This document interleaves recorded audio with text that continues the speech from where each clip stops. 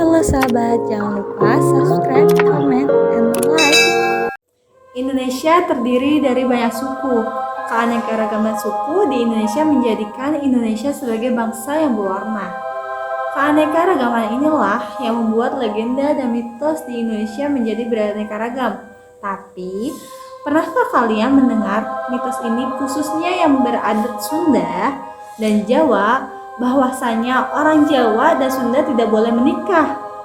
Menarik kan? Mari kita bahas. Orang zaman dulu percaya kalau seseorang yang akan menikah maka harus memilih calon yang berasal dari suku bangsa yang sama.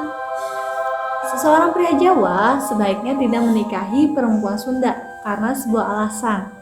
Konon, alasan orang Jawa tidak boleh menikah dengan orang Sunda karena bisa menyebabkan rumah tangga tidak langgeng atau sering diterpa masalah.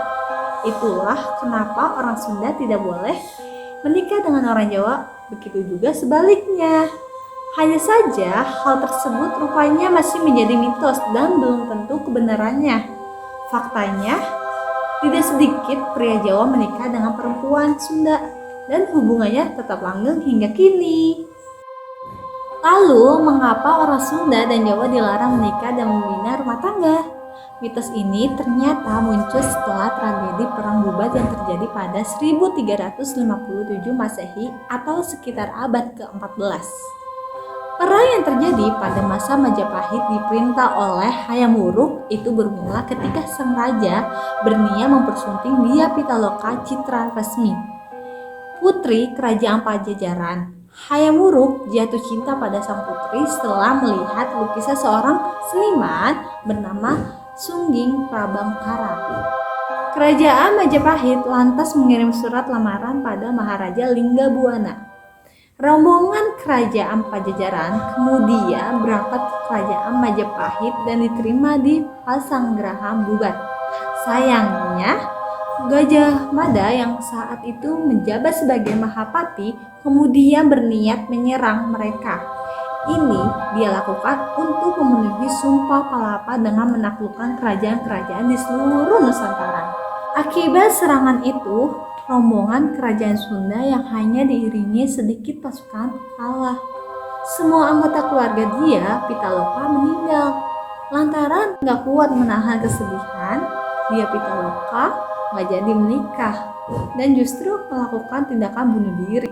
Dengan tewasnya anggota keluarga kerajaan Pajajaran, Pangeran Niskalawantu Kancana yang ditinggal di istana kemudian diangkat jadi penerus tahta. Peristiwa itu merusak hubungan kedua kerajaan. Kerajaan Pajajaran kemudian melarang penduduk menikah dengan orang dari luar kerajaan. Sebagian menafsirkan aturan ini sebagai larangan untuk enggak menikah dengan orang dari kerajaan Majapahit atau orang Jawa.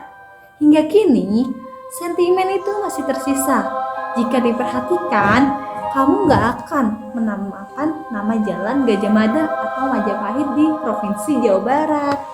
Meski versi ini kerap dipercaya, ada pula versi lain yang mengatakan sebenarnya Gajah Mada ingin menyatukan kerajaan Majapahit dengan kerajaan Pajajaran melalui pernikahan. Namun, karena merasa masih punya tanggung jawab untuk memenuhi titah ayah Hayam Wuruk, niat itu lantas pupus. Meski peristiwa itu memang pernah ada, kamu tetap bisa menjadikannya sebagai pelajaran. Menikah dengan suku apapun bisa berjalan dengan baik asal kedua pihak saling menghargai diri masing-masing. Setuju nggak? Jika kalian ada yang ingin bertanya, apapun itu silakan tulis di kolom komentar. Siapa tahu pertanyaan kalian akan muncul di video berikutnya. Salam kompeten!